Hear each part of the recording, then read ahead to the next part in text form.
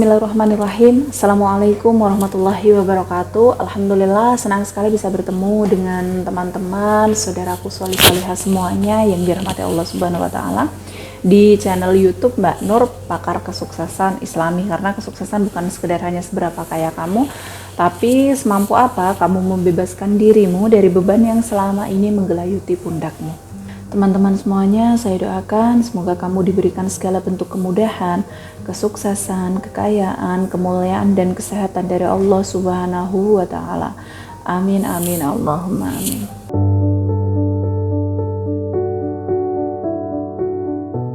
Hari ini saya juga mau ceritakan salah satu pertanyaan seorang klien saya yang meskipun sudah konsultasi secara private, saya mau spill sedikit ke teman-teman semuanya yang barangkali mengalami masalah serupa seperti yang dialami klien saya. Begini cara penanganannya, saya spill dikit aja karena kalau kalian mau lebih lanjut teman-teman bisa konsultasi private dengan saya ya gitu.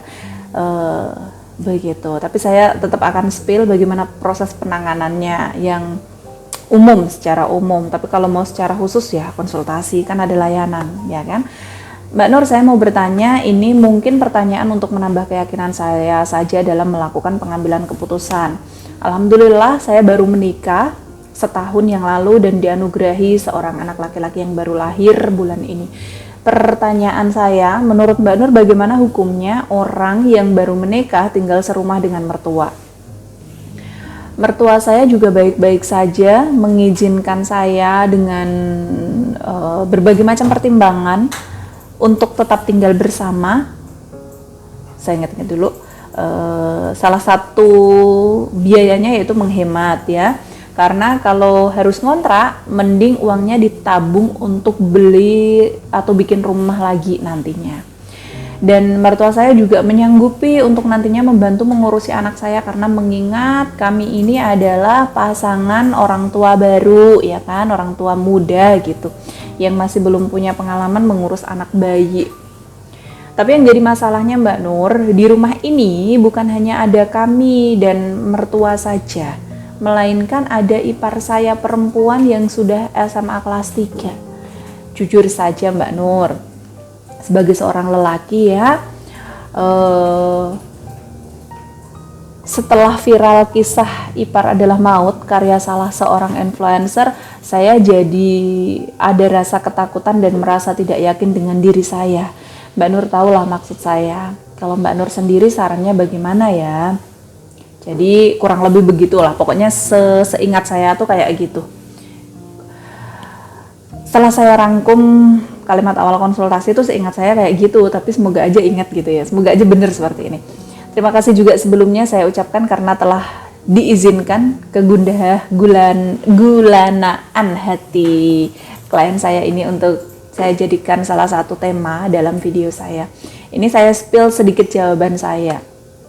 Gini, jika melihat dari pertanyaan tadi, pertanyaan klien saya terkait hubungan dengan mertuanya, tidak ada masalah ya, sepertinya tidak ada masalah atau tidak ada unek-unek dan sudut pandang Anda pribadi tentang keadaan ini gitu. Intinya Anda tidak mempermasalahkan untuk tinggal bersama mertua. Anda juga nyaman-nyaman aja, Anda juga setuju-setuju aja gitu kan. Juga sang istri tidak menuntut untuk tinggal berpisah dari orang tuanya. Dan ini patut disyukuri ya, disyukuri. Kenapa? Karena Anda tidak akan dipusingkan dengan ketidakbetahan istri dengan rumah baru atau tempat tinggal baru, karena terkadang wanita itu kadang sulit beradaptasi dengan hal-hal baru. Lalu betul kata mertua Anda, bisa menghemat uang yang harusnya digunakan untuk bayar kontrakan, bisa diinvestasikan ke instrumen lainnya ya kan. Kemudian di sisi lain Anda pun tetap bisa beraktivitas tanpa merasa terbebani atau merasa khawatir pada istri dan anak-anak Anda saat Anda tinggal kerja sendirian gitu. Karena di situ kan ada ibunya ya, ada mertua Anda yang saya yakin 100% akan menjaga dan mengawasi anak Anda. Karena saya yakin banget sedewasa apapun seorang anak di mata ibunya hanyalah gadis kecil yang manja. Saya yakin untuk itu. Justru hal ini juga menurut saya agak bagus. Karena apa? Karena biasanya atau yang sering terjadi adalah konflik dalam rumah tangga itu yang terjadi konflik menantu perempuannya dengan mertuanya. Biasanya potensi gesekannya akan lebih besar, lebih gede.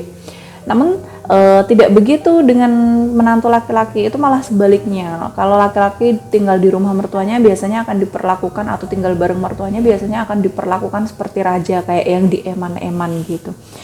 Akan tetapi tetap ada beberapa catatan yang patut diperhatikan dan patut saya sampaikan, karena mengingat ada satu ipar perempuan, ada satu ipar yang udah dewasa gitu di sana.